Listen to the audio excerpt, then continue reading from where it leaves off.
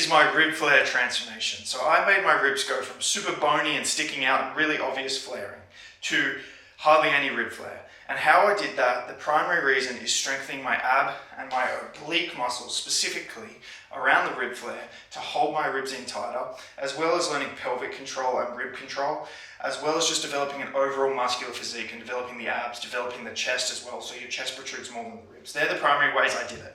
But developing the abs and obliques is the cornerstone of making rib flare less noticeable with exercise. And in today's video, I want to share with you my top 3 oblique and ab exercises that will make your rib flare look better if you get stronger in these exercises, and you pair that with obviously a good program and good nutrition to build a lean muscular aesthetic physique. So my top 3 exercises for rib flare to make it look better is a cable oblique twist. This is a great exercise to develop your obliques and help with rib flare.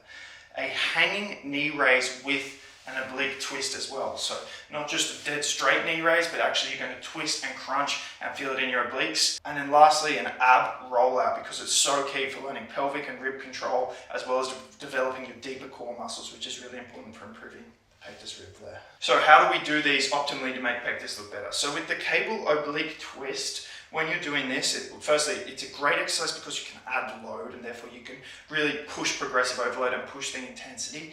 And with this, we really want to focus on the rotation of our torso, of our abdomen, okay? So we want to keep our hips fixed in a fixed position, and then we want to follow the cable with our head and really focus on the torso and your abs rotating, okay? We want to really focus on that rotation.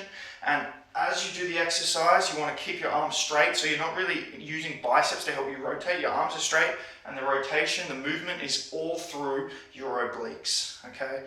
This is probably my favorite. If I had to choose one exercise for rib flare, would be the cable oblique twist. When you do this exercise, typically how I program it for my clients is about 3 sets of anywhere from 8 to 20 reps each side, okay, depending on the loading and the stimulus for the given workout, and then applying progressive overload on that. The next exercise is the hanging knee raise with an oblique twist. Honestly, the best way to do this is just 3 sets of AMRAP. As many reps as you can do, that way you're creating the intensity. Now, a couple form cues that are really important when you do this is, firstly, you want to really make sure that you're bringing your knees as high up as you can, and you're almost trying to show someone in front of you your butt, okay, your butthole specifically. Okay, that's really going to focus that posterior pelvic tilt, and by doing that, you're going to engage your core a lot more than if you just do it like halfway. If you do it halfway, it's basically all hip flexors. It's that end range where you get your knees really high that you're really going to start to involve your core and abs more. And then when we do the twist, you really want to make sure that as you're coming up, you are rotating to really get those obliques involved. And when you do this exercise properly, you really will feel how much it's developing the obliques and how much it will help with your rib flare appearance. 3 sets by AMRAP to failure for hanging knee oblique twists. And if your grip is a limiting factor on this, you got to strengthen your grip because you should be able to hold on. But you can do like a back pad support and do it on the elbow pad and do it there. Okay, so that's another option if your grip really is such a limiter. Or you could get like some gymnastics grips that'll help with your grip and help lock you into place as well. But I really would prefer if you could do it hanging, because also learning to do it hanging whilst keeping your body straight, it will activate your core even more, okay?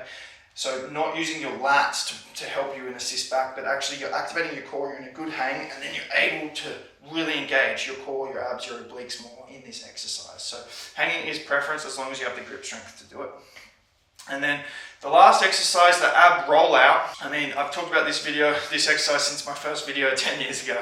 I think it's so, as soon as I did it, I just felt, wow, the ab engagement I got, the deep core muscle engagement I got when I did this. I could see how much it would help my rib flare, and it really has. It's been a staple in my regime from when I started training, and I think this exercise is a testament to how I got my rib flare to look so much better.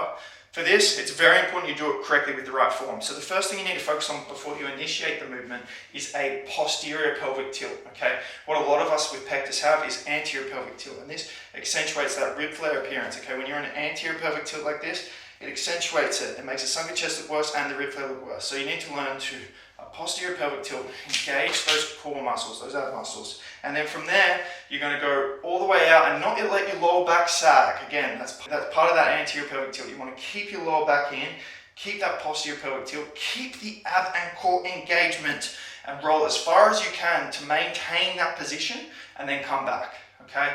And do it with nice, slow, controlled rollout reps to failure, okay, until you can't maintain a good position anymore. This is an exercise that I often see my clients mess up because I see when they record the amount of reps and I tell them to do as many reps as possible, a lot of them record like 30. I'm like, no way. And they were doing it too fast, not rolling out far enough, or they weren't maintaining that good posterior pelvic tilt and ab engagement, and therefore they were using like their lower back and other muscles. So it's a really important exercise that you do it properly, but if you do it properly, it's going to really help with the rib flare. It's going to really help you develop stronger core and abs. Now these are just my top 3, guys, but honestly, like the hollow hold, flutter kicks, just normal hanging leg raises, decline, oblique twist, decline crunches with a twist, decline crunches, any kind of ab oblique exercise is going to help. But if I had to choose 3, these would be my 3. So make sure you're doing them in your workouts and you will see an improvement in your rib flare if you combine that with good nutrition, good training to develop other muscles like the chest, that when protruding more than the ribs will help mask from rib flare as well. And then I also want to note that, this helps improve rib flare, but it won't completely change your rib structure. It'll just improve the appearance of the flaring ribs, okay? And it takes time, okay? You have to do this consistently. Like for a year plus. Like if you look at my client results, 90% of them are from at least a year of working with me. And if you really want to transform your pectus and your rib flare, I would recommend you sign up to my coaching. Go to fixpectus.com to learn more about that and apply.